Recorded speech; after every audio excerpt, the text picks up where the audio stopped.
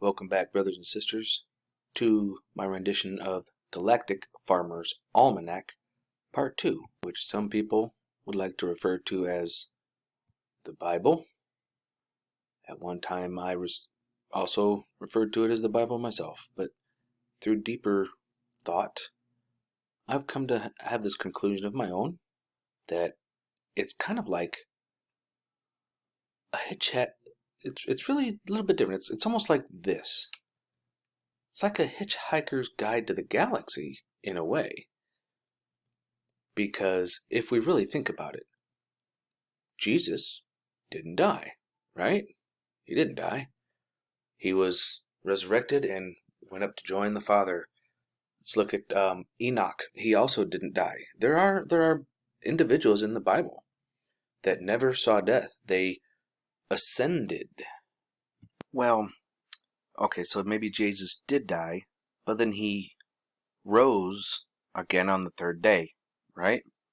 Like the sun rising, like the sun rises every morning. The sun is our Savior every morning as it comes up, right? It brings life back to the planet. The birds wake up, we wake up, all those kinds of things, right? So this is a very familiar painting, I just want to point out, of the Last Supper. And for almost every single, especially Leonardo da Vinci's, I don't have that one right here handy, but this is one of them.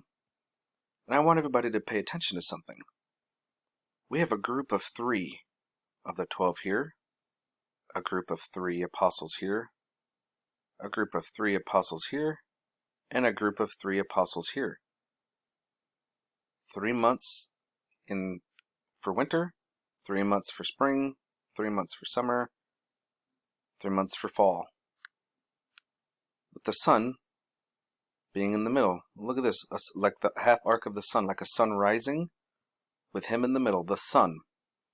Now, notice how this one here is a female, because there is Virgo in the constellations. Just saying. So if Jesus rose on the third day and was lifted up and carried away into heaven, could it be because of other beings? Could Yeshua have been a being from another place? Well, that's not really too far-fetched when you think about it. When we go back and we look at Ezekiel's wheel, look at this, 12 houses. And when I look at this, you see a set in the middle here, and then another set out here. And when I see this from Ezekiel's wheel description, I can't help but look at this and think, hey, you got one on the inside and one on the outside of the Mayan calendar. They actually look pretty darn similar to a zodiac sign, like a zodiac wheel, don't they? But this one is just 12 months in a year. This one, as we know, the Mayan calendars is extremely complicated and extremely accurate. I'm almost wondering if that's not what Ezekiel's wheel was about. For those of us who are very familiar with Ezekiel's dream and his vision, this is the craft that he talks about when it's coming down. It's literally just like this. Scientists actually took the Bible and they broke it down, and they invented one. And this is the rendition that they come out with. And not just one, but many individuals came out with the same thing. And they actually built a little model of it, and of course it's a drone. But I mean, how many other places do we hear of loud thunders and light and fire coming from the sky? Well, what about when Moses went up to Mount Sinai and he got the 10 Commandments? Same thing, told the people to stay back because of a blast radius. So it's not that hard to really think about, or to even imagine that this being the truth.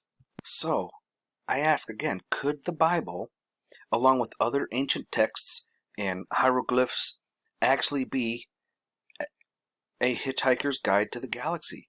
A map showing us this is the way to come and join them in the stars, our ancestors, those that help to shape us into who we are, to help us to learn how to come home. It's very possible, and there are even some that are suggesting that Jesus himself never existed.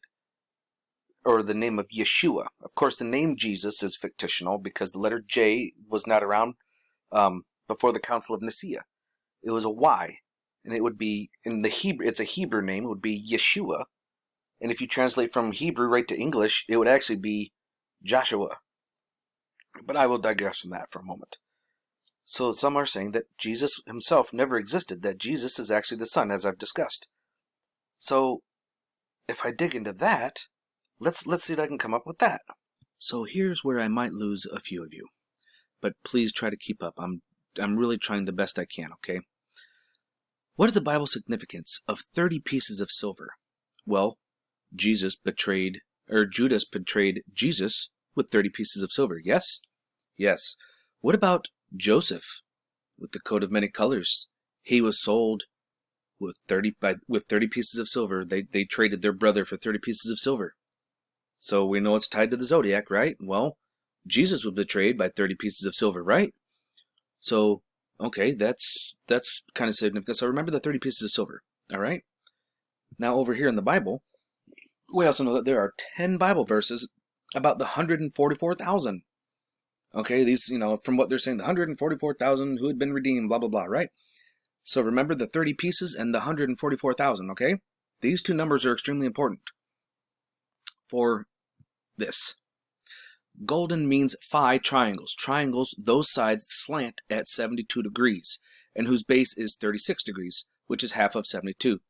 One zodiacal year, okay, in one house, 30 pieces of silver times the 72 years or degrees of this angle is 2,160. Do you see this? 30 pieces of silver times the 72, which is of the triangle, and now we're tying it to Egypt, which is, where a lot of Christian stuff comes from, right here. Because the Bible talks about Egypt all the time. So we've got the Egyptian triangles, their pyramids, 72 years and 30. So there's your 30 pieces of silver. Now, check this out.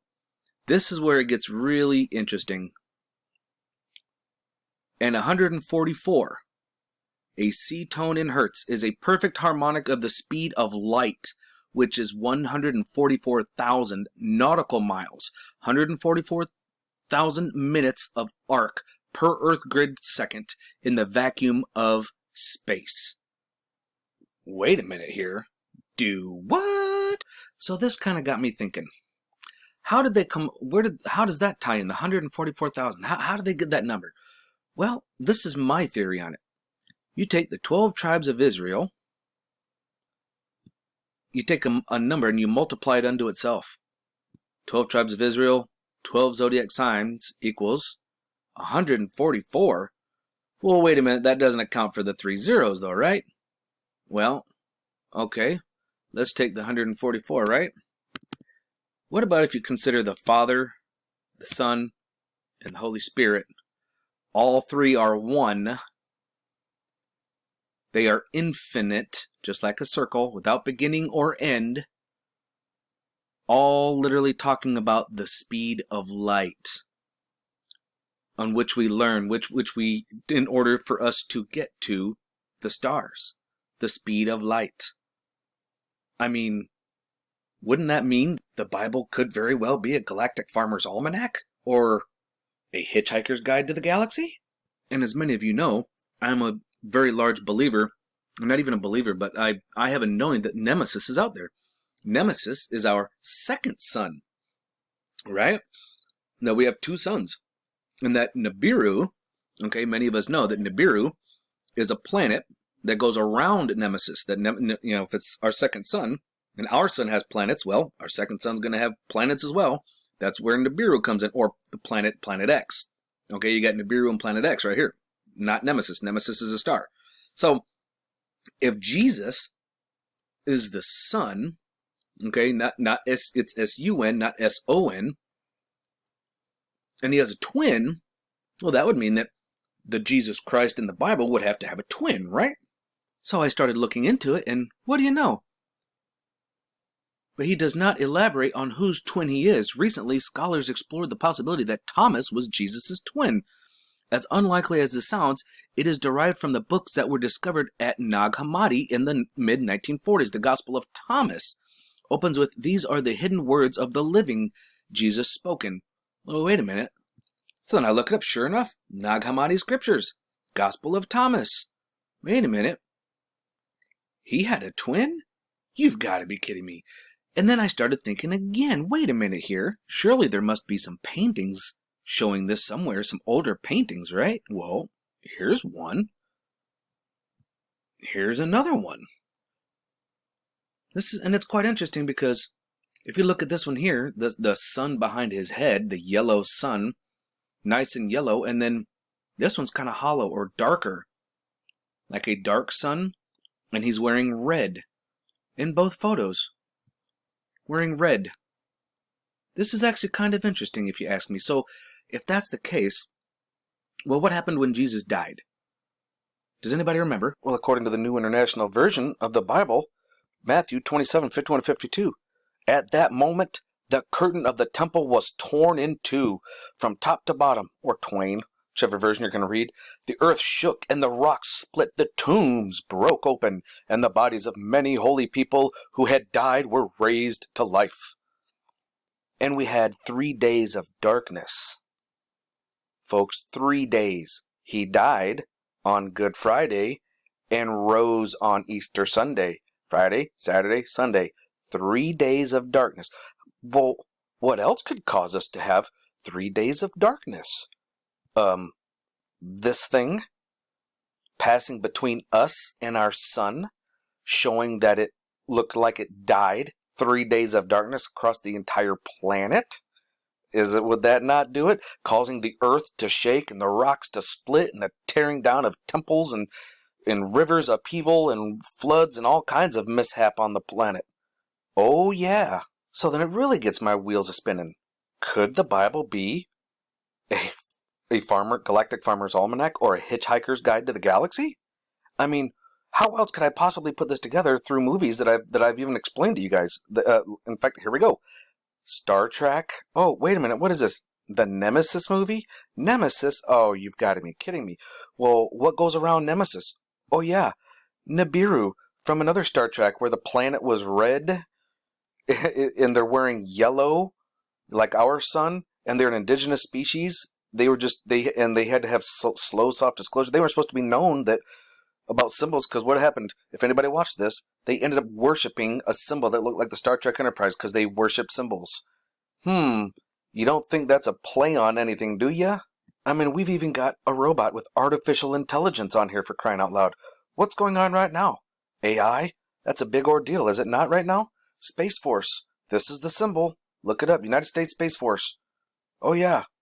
So, in closing, folks, I hope you can kind of see where I'm going with this and why I have this thought process. There's too many coincidences for it to not be a great probability. And when you really look at the word coincidence, it's co and incident. An incident is something that has happened or happening, and co means made by more than one, like a co-producer or a co-pilot. Yes. As in two individuals. It's been created. It's a coincident, yes, in the correct term of the meaning. But not coincidence as in like, oh, well, that's just kind of funny. No, it's not funny. There's no such thing as coincidences when you really understand what a coincidence is. So is the Bible, do you think now, a probability that it is really a Hitchhiker's Guide to the Galaxy? I think it is. But that's just me. Eyes open, folks. No fear. And remember that love is the only way forward.